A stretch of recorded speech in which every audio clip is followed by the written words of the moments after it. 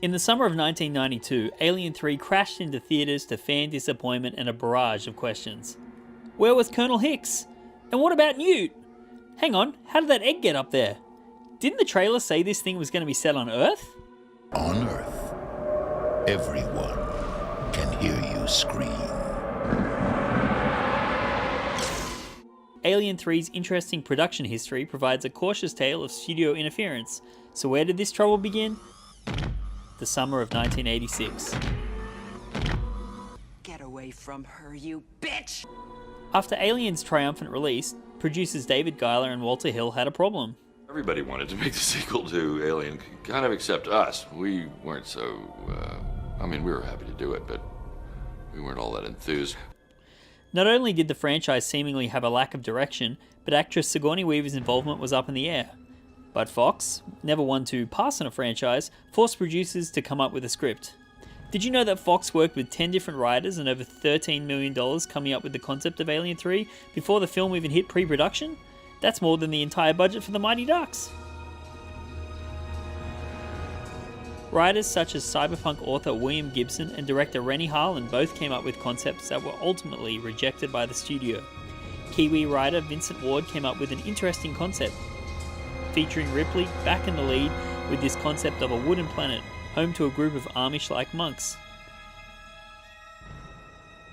Now with a co-producer title against her name, Weaver was back and on board with Ward's concept, taking the series back to its roots with the threat of a single alien and a script featuring no guns. I thought it had a good setting. The monastery and space thing was cool, I thought. Fox liked the general direction, gave Ward the directing chair, and pre-production started at Pinewood Studios in London. Even though sets were being built, Fox still weren't 100% set on the actual wooden planet and assigned additional writers to write their way around it. Once Vincent Ward got wind of this, he left the production. And the next fool to accept this directing job? David Fincher. The poor guy didn't stand a chance. Having only music videos to his name at this point, the studio were all over Fincher like a bad rash. On top of a script that needed daily work, sets built for the wooden planet concept, and daily phone calls at all hours of the night from the studio, well, it's no wonder there are very few photos from set where Fincher doesn't look downright depressed.